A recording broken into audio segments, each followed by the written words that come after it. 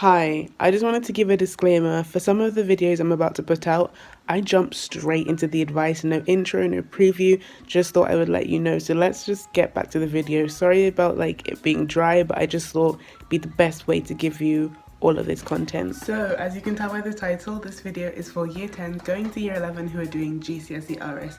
It's a bit of what I did and some tips for you, so let's jump right into it. I would definitely say you need to be looking at examiners' reports and mark schemes if you're looking to get the top band of grades, because then you can see the most common mistakes that people are making. You can see things like the most common quotes. So if you're someone who wants to stand out and impress the examiner and be like, oh, so she really did read the Bible, the Quran, the Torah, then you can say, oh, maybe I'll choose other quotes. Because as much as, yes, the most used quotes are very not diverse, but multifaceted is what I'm going to say. You can use them for lots of different situations. There are so many other quotes that you can use in the exact same way, and if you have them, you stand out and you look different. The next thing you need to do is work on exam technique, because at the end of the day, as much as yes, the content is really important, if you don't know how to do the exam, you won't do well. And until I worked out exam technique, I was doing not so great. So I was working at like a grade 70 level, and then by mocks I got 97%, and I jumped up because of this. So one thing that our teacher gave us is farmers and seeds. If I can find it, I'll put it here. But essentially what you need to do is just break it down, become very rudimental, which is something you can understand if you look at the mark scheme, that for this type of question it's just 1 mark, it's 1 word. For this type of question it's 2 marks, so it's an answer and because. For this question it is 4 marks, so it's an answer, because, developed, and then another set of things like that. This is 5 marks, so I need religious teachings. Of course you can put religious teachings anywhere, but this is what you need to understand, that because it's such a long exam, you want to maximize your time. You don't want to waste your time on anything you don't need to do. If you're doing a more difficult religion, so I did Hinduism, which is quite challenging with some of the things like the cosmology, and even just the basics of Hinduism are quite overwhelming. You need to be looking at blank for kids, parables for kids, Ganesha for kids. All these kids cartoons, they are aimed for things like Sunday school, and if you are not someone who's grown up in a religious household, regardless of the religion, you are going to find some of these things very difficult to understand, because they are very wild and big and vast concepts to understand, and some of them are very abstract. Because even if you are talking about Christianity, which is a religion that basically everyone does, just the idea of the Holy Spirit, if you're not a Christian, it's a bit weird. Like, there's a Holy Spirit that is everywhere and it follows you and it's there with you, and it's kind of like a conscience, but it's also part of God. But it was there in the beginning and it was over the waters, so how come God is 3 people instead of 1 people, but also 1 person? Like, when you really think about it, it's quite complex. So definitely using YouTube for things for kids will really help.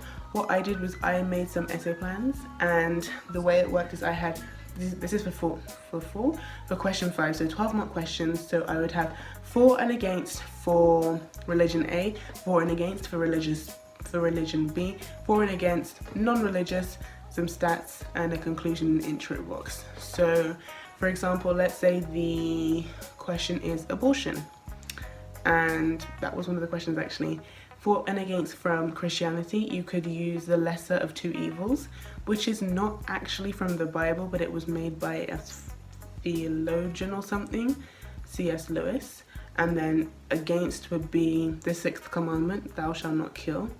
Or even when the Bible says, I knew you before you were knitted together in your mother's womb, or something like that. Then Hinduism before, for and against. Against would be, well, ahimsa, it's also violating shelter, it's like bad karma for the mum. But then you could say that life is cyclical in Hinduism, so it begins before conception anyway, so this person's just going to be reincarnated anyway.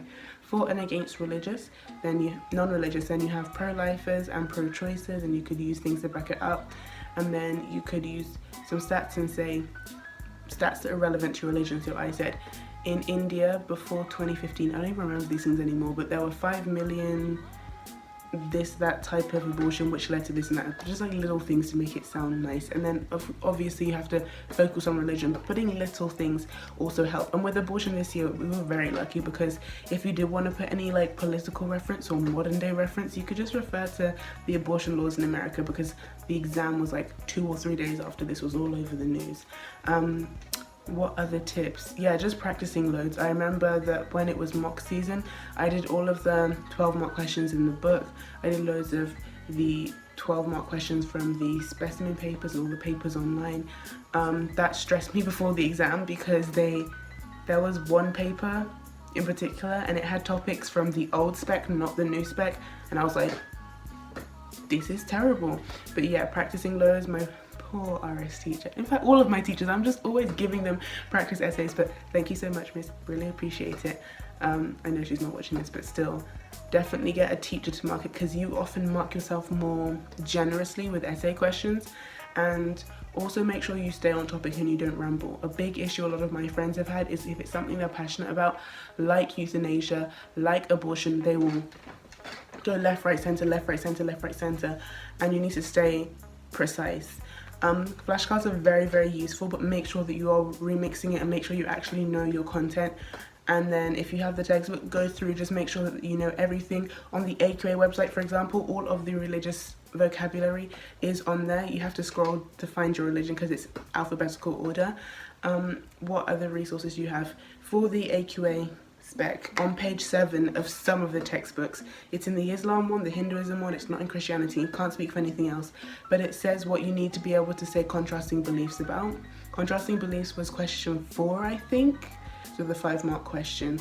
So it was only 12 topics that you actually had to be able to do for the question 4, but for everything else it's like But yeah, I hope these tips are helpful to you. If you have any questions, ask me down below, and as always, share this with anyone taking RS so they can, you know, so you can help them out. And as always, make sure you smile, subscribe, study hard, slay hard, give it a big thumbs up, and I will see you again very, very soon. Bye.